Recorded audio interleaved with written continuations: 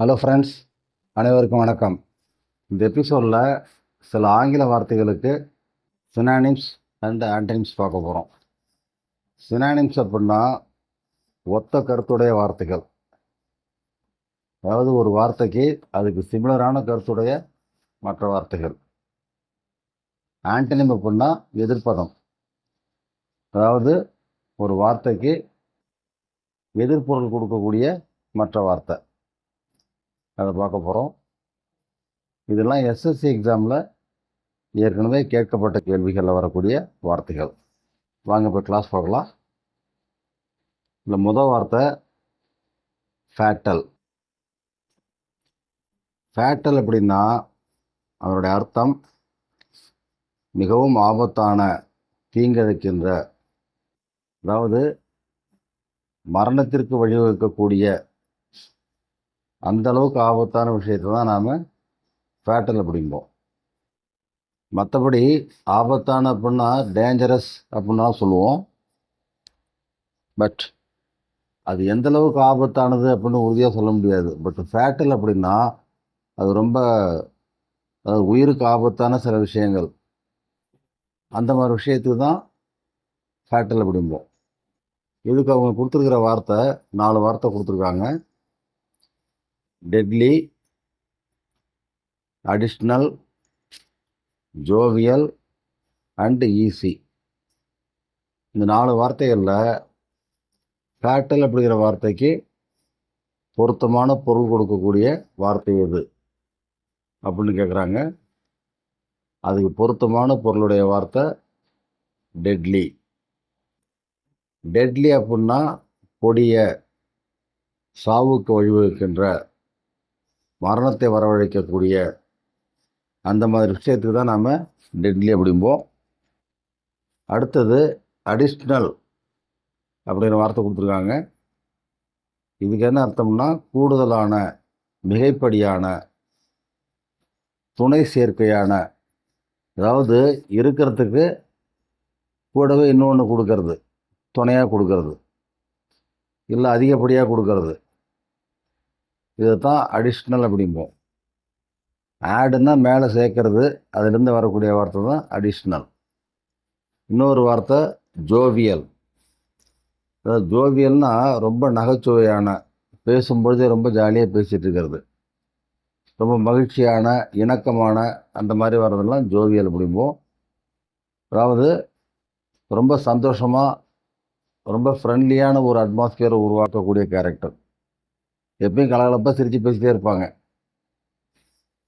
அந்த மாதிரி சூழலுக்கு தான் நாம் ஜோவியல் சுச்சுவேஷன் அப்படிம்போம். ஜோவியல் அப்படின்னா ஒரு ஹாப்பி மூடு, ஒரு மகிழ்ச்சியான, இணக்கமான சூழல், அதை தான் நாம் ஜோவியல் அப்படிம்போம். அடுத்த வார்த்தை ஈஸி. ஈஸின்னா கடினம் இல்லாத, எளிதான, நாட் டிஃபிகல்ட், சிக்கல் இல்லாத ஒன்று, ஒரு வேலையை செய்ய முடியும், அதாவது இயலக்கூடிய தன்மை, அந்த மாதிரி உள்ள ஒரு சூழல், அதைத்தான் நம்ம ஈஸி அப்படிம்போம். அதாவது comfortable, relaxed and not worried, சௌரியமாக இருக்கிறது, கொஞ்சம் ஓய்வாக இருக்கிறது. ரிலாக்ஸ்ட் அப்படின்னா ஓய்வாக இருக்கிறது. அதே போல் நாட் ஒரீடு, கவலை இல்லாமல் இருக்கிறது. இந்த மாதிரி அர்த்தத்தில் கூட இந்த ஈஸிங்கிறது வரும். ஆக இந்த deadly, additional, jovial and easy, இந்த 4 வார்த்தைகளில் ஃபேட்டல் அப்படிங்கிற வார்த்தைக்கு ஒத்த பொருள் தரக்கூடிய வார்த்தை டெட்லி. இப்போ அடுத்த வார்த்தையை பார்க்கலாம். இங்கே ஹெராஸ் அப்படின்னு ஒரு வார்த்தை கொடுத்துருக்காங்க. இந்த ஹெராஸுக்கு சினானிம் கேட்டிருக்காங்க, அதாவது ஒத்த பொருள் தரக்கூடிய வார்த்தை. இதுக்கு 4 வார்த்தை கொடுத்துருக்காங்க. பெட்ரே, ரெய்லிஷ், சூத்தி அண்ட் இன்டிமிடேட். இந்த வார்த்தைகள் எல்லாமே உங்களுக்கு வெர்பு.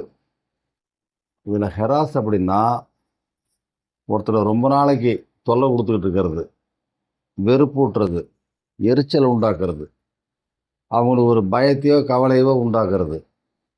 ஒருத்தருக்கு எதிராக இணக்கமற்ற செயல்களை மேலே மேலே செய்துக்கிட்டு அவங்கள வெறுப்பேற்றுறது. அதாவது தொடர்ச்சியாக ஒருத்தரை வந்து தொந்தரவு பண்ணிகிட்டே இருக்கிறது, மன உளைச்சலுக்கு ஆளாக்கிட்டே இருக்கிறது. மென்டல் ஹெராஸ்மெண்ட் அப்படின்னாக்கா மன உளைச்சலுக்கு ஆளாகிறது, மன உளைச்சல். ஃபிசிக்கல் ஹெராஸ்மெண்ட் அப்படின்னாக்கா எப்போ பார்த்தாலும் சண்டை சச்சரவமாக இருந்துக்கிட்டு அவங்களுக்கு உடல் ரீதியாக வேதனையை கொடுத்துட்ருக்கிறது. அதாவது to annoy or worry somebody by doing unpleasant things, especially over a long time. அதான் முக்கியம். ஒரு சின்ன சின்ன டிஸ்டர்பன்ஸ் அப்படிங்கிறது ஏதோ ஒரு தொந்தரவு பண்ணுறாங்க போயிடுறாங்க. இது அப்படி இல்லை, வஞ்சம் வச்சுக்கிட்டு செய்கிறான்னு சொல்லுவோம் இல்லையா, உண்டா இல்லையான்னு பார்க்குறேன் அப்படின்னு சொல்கிறாங்க இல்லையா, அந்த மாதிரி விஷயங்கள் தான் இது ஹெராஸ் அப்படிம்போம். இதோட நவுன் ஃபார்ம் ஹெராஸ்மெண்ட். இதுக்கு சிமிலரான சில வார்த்தைகள் இருக்குது. அதெல்லாம் பார்த்தீங்கன்னா பெஸ்டர், பேட்ஜர், ஹவுண்ட், ஹரி, டார்மெட், பே டெவில், பாதர், அனாய், பெர்சிக்யூட், இந்த மாதிரி சில வார்த்தைகள் இருக்குது. இந்த ஹெராஸ்க்காக அவங்க கொடுத்துருக்கிற 4 வார்த்தையை பார்ப்போம். இந்த 4ல் ஒன்று இந்த ஹெராஸுங்கிற வார்த்தைக்கு சிமிலர் அர்த்தம் உள்ளது இருக்குது, அதை கண்டுபிடிக்கணும். ஒன்று பெட்ரே. பெட்ரே அப்படின்னா to give information about somebody அல்லது சம்திங் டு அன் எனிமி. எதுக்குன்னா to make a secret known. அதாவது ஒரு எதிரிகிட்ட போயிட்டு சில தகவல் கொடுக்கறது, சில ரகசியங்களை அவங்களுக்கு தெரியப்படுத்துறது. ஏதாவது ஒரு பொருளை பற்றியோ ஒரு நபரை பற்றியோ எதிரிகிட்ட போயிட்டு தகவல் கொடுக்கறது, அதை காட்டி கொடுக்கறதுன்னு சொல்கிறோம் இல்லையா, அந்த மாதிரி. அதுக்கு பேர் பெட்ரே. இன்னொரு அர்த்தம் to hurt somebody who trust, especially by not being loyal or faithful to him or to her. அதாவது யாரை ஒருத்தவங்க ரொம்ப நம்புகிறாங்களோ அவங்களுக்கு விசுவாசம் இல்லாமல் அவங்கள மனசை புண்படுத்துறது, மனசுக்கு வேதனை கொடுக்கறது, அதாவது ஏமாத்துறது, வேற ஒன்றும் இல்லை. அப்படி ஒரு அர்த்தம் இருக்குது. அடுத்தது ரிலீஷ். இதுக்கு என்ன அர்த்தம்னா to enjoy something R to look forward to something very much. அதாவது ஏதாவது ஒரு விஷயத்தில் ரொம்ப பெரிதும் மகிழ்ந்து ஈடுபடுறது, ஏதாவது ஒரு விஷயத்த ரொம்ப ஆவலோடு எதிர்நோக்கிட்டு இருக்கிறது, இப்படி ஒரு அர்த்தம் இருக்குது. இதோட நவுன் ஃபார்ம் கிரேட் என்ஜாய்மெண்ட் அப்படிம்போம், பெருமகிழ்ச்சி, களிப்பு. ஆக மொத்தத்தில் ரியலிஷ் அப்படின்னா ரொம்ப ஆர்வமாக இருக்கிறது, ஏதாவது ஒரு விஷயத்தில் ரொம்ப மகிழ்ச்சியோட ஈடுபாட்டோடு இருக்கிறது, அதுதான் ரியலிஷ். அடுத்த வார்த்தை சோத்தி. இதுக்கு என்ன அர்த்தம்னா to make somebody calmer or less upset, அல்லது டு கம்ஃபர்ட் சம்படி. அதாவது சாந்தப்படுத்துறது, சமாதானப்படுத்துறதுன்னு சொல்லுவோம்ல, அதுதான், வேற ஒன்றும் இல்லை. யாராவது ஒருத்தர் ரொம்ப கோபமாக இருக்காங்க, இல்லை ரொம்ப அப்செட் ஆகியிருக்காங்க, ஒரு மாதிரி மனசுக்கு அமைதி இல்லாமல் இருக்காங்க, அந்த மாதிரி இருக்கிறவங்கள அவங்கள சாந்தப்படுத்துறது, அந்த செயல் தான் நாம் சோத்தி அப்படிம்போம். இன்னொன்று to make a part of the body or a feeling less painful. அதாவது உடம்புல எங்கேயாவது ஒரு பகுதியில் வலி இருக்குது அப்படின்னா அந்த வலியை குறைக்க செய்கிறது, இல்லை எங்கேயாவது ஒரு இடத்துல சில அன்வான்ட் ஃபீலிங்ஸ் இருக்கும், அரிப்பு ஏற்படுறது, பூச்சம் ஏற்படுறது, எரிச்சலாக இருக்கிறது, இந்த மாதிரி உடல் ரீதியான சில உபாதைகள். அதாவது நோவுதல் அப்படிம்போம். நோய் வேற, நோயின்னா அது வந்து வியாதி. இது நோவு அப்படின்னாக்கா வலிக்கிறது, சிரமத்தை கொடுக்கறது. இப்போ அந்த மாதிரி சில ஃபீலிங்ஸ் இருக்குது அப்படின்னா அதை கொஞ்சம் குறைக்கிறதுக்கான வழிவகை செய்கிறது, அதுக்கும் சூத்தி அப்படிம்போம். அடுத்த வார்த்தை இன்டிமிடேட். இதுக்கு என்ன அர்த்தம்னா to frighten or threaten somebody often in order to make him or to make her do something. அதாவது யாரையோ ஒருத்தரை பயமுறுத்தி அவனை மிரட்டி விட்டு ஏதாவது செய்ய வைக்கிறது, வேற ஒன்றும் இல்லை. ஏதாவது ஒரு விஷயத்தை செய்யறதுக்காக சம்மந்தப்பட்ட ஒருத்தரை பயமுறுத்தி விடுறது, விரட்டி விடுறது, அவனுக்கு பீஜை கிளப்பி விடுறது. பொதுவாக இது எதுக்குன்னு கேட்டால், ஏதாவது அவங்கள செய்ய வைக்கணும். ஏதோ ஒரு வேலையை விட்டா செய்ய மாட்டாங்க, அவங்க இஷ்டத்துக்கு போவாங்க, சொல்கிறது ஒன்று செய்கிறது ஒன்றா இருக்கும், தான் தோண்டித்தனமாக செய்வாங்க. இப்போ அவங்கள ஒரு குறிப்பிட்ட வேலையை செய்ய வைக்கணும் அப்படின்னா பயமுறுத்தி விடுறது, அந்த மாதிரி பயமுறுத்தி விட்டு ஒரு வேலையை செய்ய வைக்கிறது, அந்த செயலுக்கு தான் இன்டிமிடேட் அப்படின்னு பேர். ஆக இந்த 4 வார்த்தைகளில் ஹெராஸ் அப்படிங்கிற வார்த்தைக்கு ஒத்த கருத்துடைய வார்த்தை அப்படின்னு பார்த்தோம்னா இன்டிமிடேட், அதுதான்.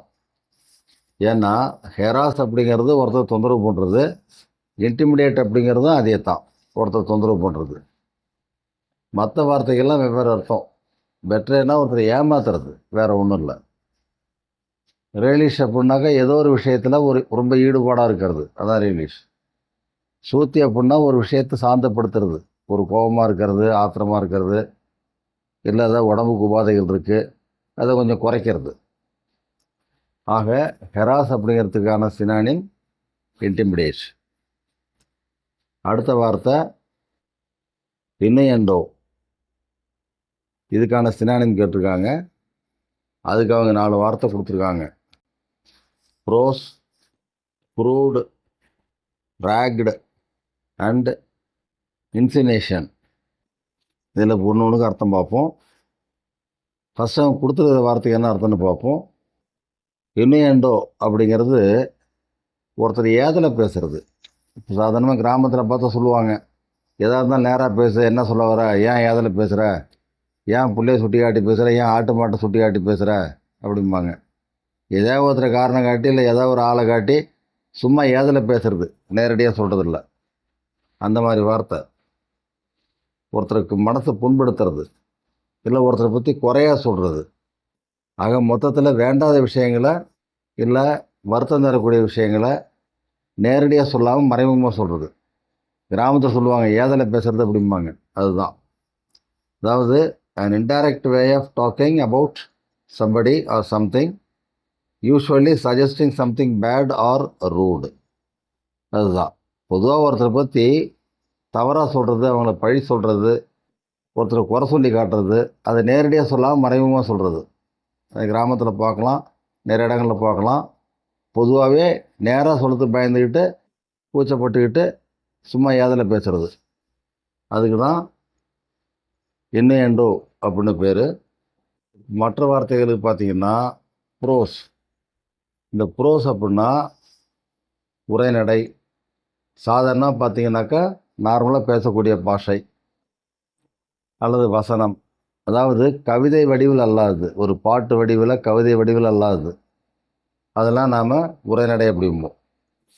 இப்போ இந்த உரைநடை அப்படிங்கிறதுக்கு சில ஆன்டனிம் இருக்குது, அதாவது எதிர்ப்பதம், அதுக்கு ஆப்போசிட் மீனிங் கொடுக்கக்கூடியது. அதை கப்லெட் அப்படிம்போம், ஈரடி செய்யுள். கப்பல், அதுலேருந்து வர்றது கப்லெட், வேற ஒன்றும் இல்லை.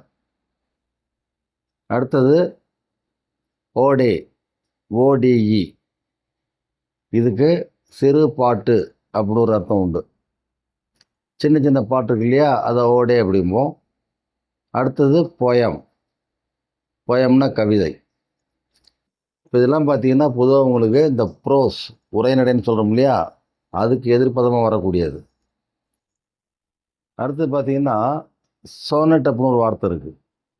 சோனட் அப்படின்னாக்கா 14 வரி இருக்கக்கூடிய ஒரு கவிதை, வேற ஒன்றும் இல்லை. அதில் வழக்கமாக பார்த்தீங்கன்னா ஒரு அடிக்கு 10 அசைகள் இருக்கும். அசைன்னா உங்களுக்கு என்னென்னு தெரியும், ஓரசைச்சீர், ஈரசைச்சீர் அப்படின்னு படிப்போம், சிலபலை படிப்போம், எழுத்து, அசை, சீர், இந்த மாதிரி படிச்சிருப்பீங்க. ஸோ அந்த மாதிரி ஒரு வரிக்கு 10 அசைகள் இருக்கும். அதில் மாறாத ஈற்றசை ஒலி அமைப்பு இருக்கும், இது பொதுவாக இருக்கும். அதில் அதாவது மாறாத ஈற்றசை ஒலி அமைப்புனா என்ன, ஈற்றசை, அதாவது கடைசியில் வரக்கூடிய அந்த சிலபல் இருக்குல்ல, அதெல்லாம் பார்த்தீங்கன்னா ஒரே மாதிரி சவுண்டோடு இருக்கும். அதுதான். இன்னொரு வார்த்தை வெர்ஸ் அப்படிமோ, VERSE, வெர்ஸ். இது என்னன்னா writings arranged in lines which have a definite rhythm and often finish with the same sound. ரிதம்னா என்ன? அந்த சத்தம் இருக்கு இல்லையா, ஒரே மாதிரி சவுண்டோடு அது முடியும், வேற ஒன்றும் இல்லை.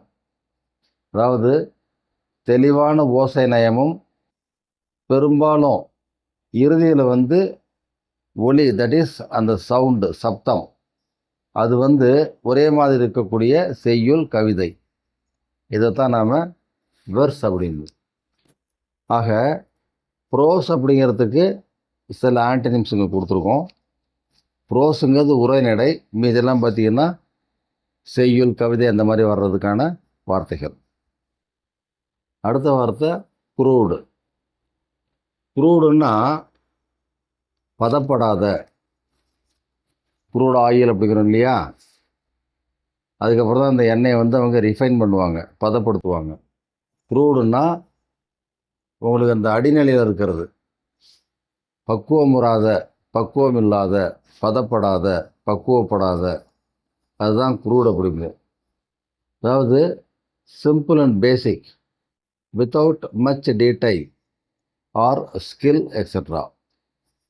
ரொம்ப குரூடாக இருக்காங்க அப்படின்னா அவங்க நல்லது கெட்டது விவரம் தெரியல, சாதாரணமாக இருக்காங்க, பக்குவப்படல அப்படின்னு அர்த்தம், வேறு ஒன்றும் இல்லை. ஒரு எக்ஸாம்பிள் சொன்னோம்னா, இந்த method was crude but very effective. அதாவது அவங்க செஞ்ச முறை பக்குவம் இல்லாத முறை இருந்தாலும் அது ரொம்ப எஃபெக்டிவாக இருந்ததுன்னு சொல்கிறோம் இல்லையா, அந்த மாதிரி தான் அது. அடுத்தது இந்த குரூடுங்கிற வார்த்தைக்கு இன்னொரு அர்த்தமும் இருக்குது. அது என்னன்னா referring to sex or the body in a way that would offend many people.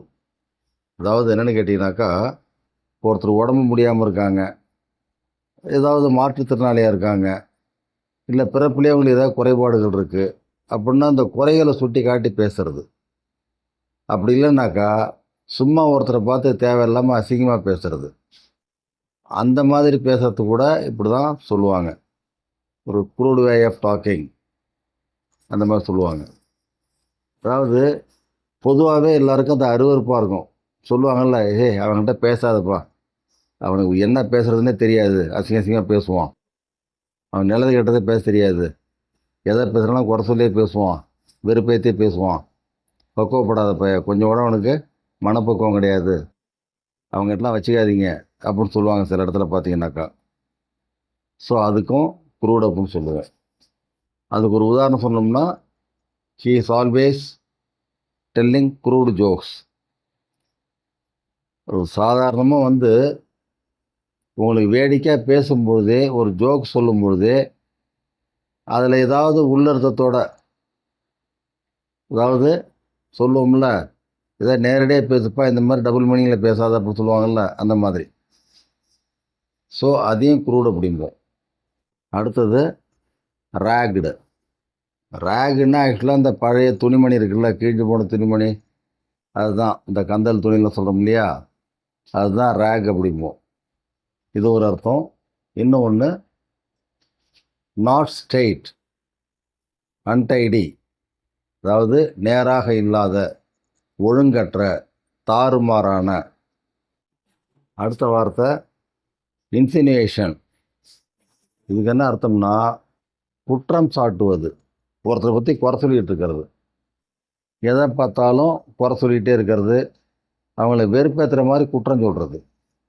அதாவது an unpleasant hint or suggestion of something bad. சும்மா எதை பார்த்தாலும் அவங்கள பற்றி ஒன்று சொல்கிறதுனாக்கா குறிப்பிட்டு சொல்லும்பொழுது ஏதாவது குற்றம் சொல்லிகிட்டே இருக்கிறது, குறை சொல்லிகிட்டே இருக்கிறது, அதை நாம் இன்சினேஷன் அப்படிம்போம். இதில் இப்போ ஒரு வார்த்தையை கொடுத்து அதுக்கு ஒத்த பொருள் தரக்கூடிய வார்த்தை எது அப்படின்னு கண்டுபிடிக்க சொல்லி 4 வார்த்தை கொடுத்துருக்காங்க. இதில் இனியண்டோ அப்படிங்கிற வார்த்தைக்கான சினானிம் கேட்டிருக்காங்க. அதுக்கான சினானிம் இதில் வந்து பொருத்தமானது இன்சினேஷன். அடுத்தடுத்த எபிசோடில் இதை நாம் தொடர்ந்து நடத்துவோம். ஓகே ஃப்ரெண்ட்ஸ், கவனித்தமைக்கு மிக்க நன்றி. அனைவருக்கும் வணக்கம். உங்கள் கருத்துக்களை கமெண்ட் மூலம் சொல்லுங்கள். உங்கள் விருப்பத்தை லைக் மூலம் சொல்லுங்கள். மற்றவர்களின் நன்மைக்காக ஷேர் செய்யுங்கள். எங்களை ஊக்கப்படுத்த சப்ஸ்கிரைப் செய்யுங்கள். அனைவருக்கும் நன்றி.